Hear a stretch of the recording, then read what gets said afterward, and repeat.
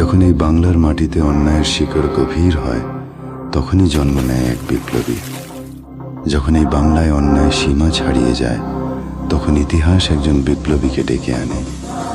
যখন এই বাংলায় অন্যায়ের রাজত্ব শুরু হয়, তখন একজন মানুষ আর মানুষ থাকে না, সে হয়ে ওঠে বিপ্লব। আমি অন্যায়ের জম, আমি অনন্ত সিংহ কথা দিচ্ছি, এই বাংলার বুকে আর কোনো অন্যায় সহ্য করা হবে না। ইংরেজরা আমাকে ডাকাত বলেছে, কারণ আমি তাদের সামনে মাথা নত করিনি।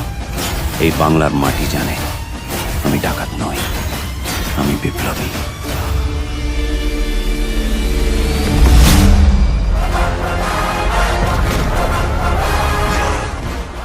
সে ছিল বাংলার বিপ্লবী, কিন্তু ইংরেজ শাসকের চোখে সে ছিল শুধু একজন ডাকাত।